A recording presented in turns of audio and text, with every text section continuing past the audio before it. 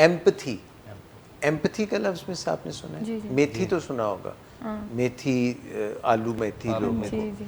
मगर मेथी के साथ साथ एम्पथी अंग्रेज़ी का लफ्ज़ है। हाँ जी। यानी कि किसी का दुख दर्द महसूस करना।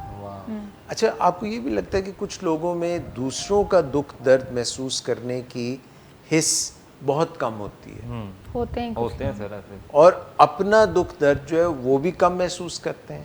नम ये होते हैं। नम होते हैं, थोड़े से डम्ब होते हैं, थोड़े से नम्ब होते हैं। एक चीज़ होती है सिंपथी, एक चीज़ होती है एम्पथी।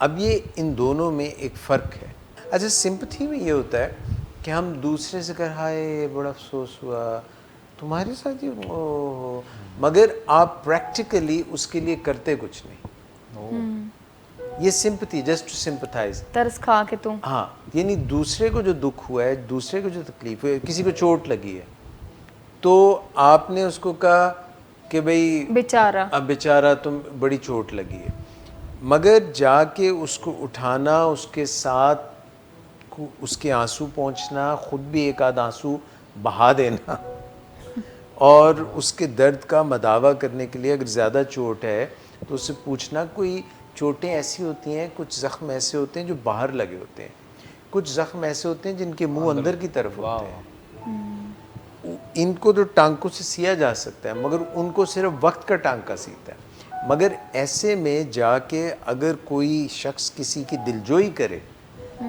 किसी के साथ जो है बताए कि भाई आपके साथ जो हुआ है मैं ये महसूस कर रहा हूँ, I can feel your pain, और सिर्फ कहने की हद तक नहीं है बल्कि आप दामे दरमे सुखने, यानी कुछ कह के, कुछ अपने एक्शन से और कुछ उनकी मदद करके, जिस तरह भी मुमकिन हो, जब आप उनकी मदद करते हैं तो ये है एम्पथी।